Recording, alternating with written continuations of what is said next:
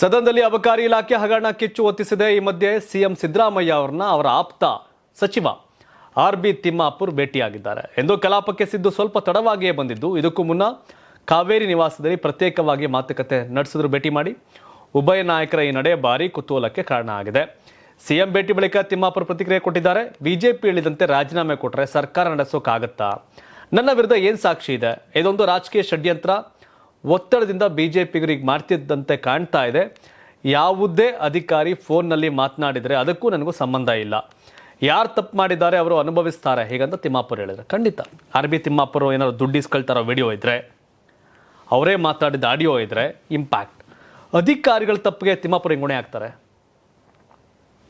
ಅಧಿಕಾರಿಗಳು ಲಂಚ ತಗೋತಾ ಇದ್ರೆ ಹೌದು, ಅವರ ಕೆಳಗಿನ ಅಧಿಕಾರಿಗಳನ್ನ ಅದುಬಸ್ಸಲ್ಲಿ ಇಟ್ಕೋಬೇಕಾಗಿದ್ದು ಇವ್ರ ಕೆಲಸ.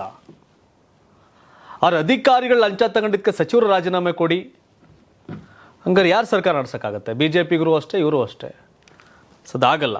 ಕರೆಕ್ಟ್ ಇದೆ ಇದು. ಬಟ್ ತಿಮ್ಮಾಪುರೇ ದುಡ್ಡು ಇಸ್ಕೋತಾರೆ ಅನ್ನೋ ದಾಖಲೆಗಳಿದ್ರೆ ಸಬ್ಮಿಟ್ ಮಾಡೋದು, ಕೋರ್ಟಲ್ಲಿ ಫೈಟ್ ಮಾಡೋದು ಒಳ್ಳೆಯದು. ಸಂಸತ್ತಿನ ಬಜೆಟ್ ಅಧಿವೇಶನ ಕೂಡ ಇಂದು ಕಾವೇರಿತು. ಲೋಕಸಭೆಯಲ್ಲಿ ವಿರೋಧ ಪಕ್ಷದ ನಾಯಕ ರಾಹುಲ್ ಗಾಂಧಿ ಮತ್ತು ಕೇಂದ್ರ ಸಚಿವ ರವನೀತ್ ಸಿಂಗ್ ನಡುವೆ ನೇರ ಸಂಘರ್ಷ ನಡೆಯಿತು.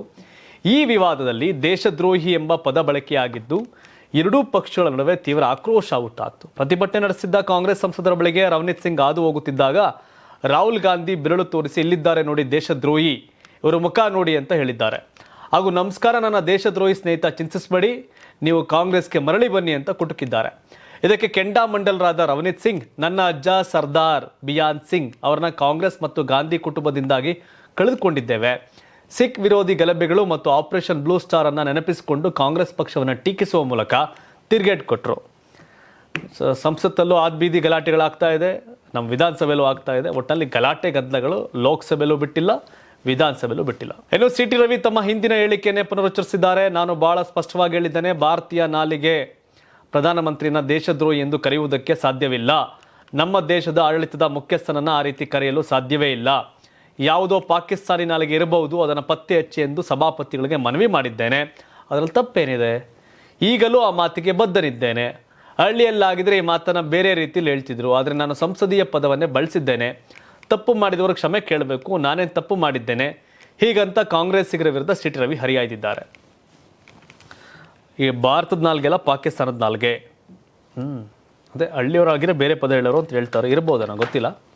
ಬಟ್ ಈ ಪದ ಯಾವ ಕಾರಣಕ್ಕೆ ಬಂತು? ನರೇಂದ್ರ ಮೋದಿನ ಬೇರೆ ಕಡೆ ಟೀಕ್ಸಾರೋದು ಯಾರೋ ರಾಹುಲ್ ಗಾಂಧಿ ಅವರು. ಹಂಗಾರೆ ಹೆಸರು ಹೇಳ್ಬಿಟ್ಟು ಹೇಳಿ, ಸುಮ್ಮನೆ ಯಾಕೆ ಮೈಗೆ ಎಣ್ಣೆಗೆ ಹಚ್ಕೊಂಡು ಯಾಕೆ ಜಾರ್ಕತ್ತೀರಿ ಸಿ.ಟಿ. ರವಿ ಅವರೇ?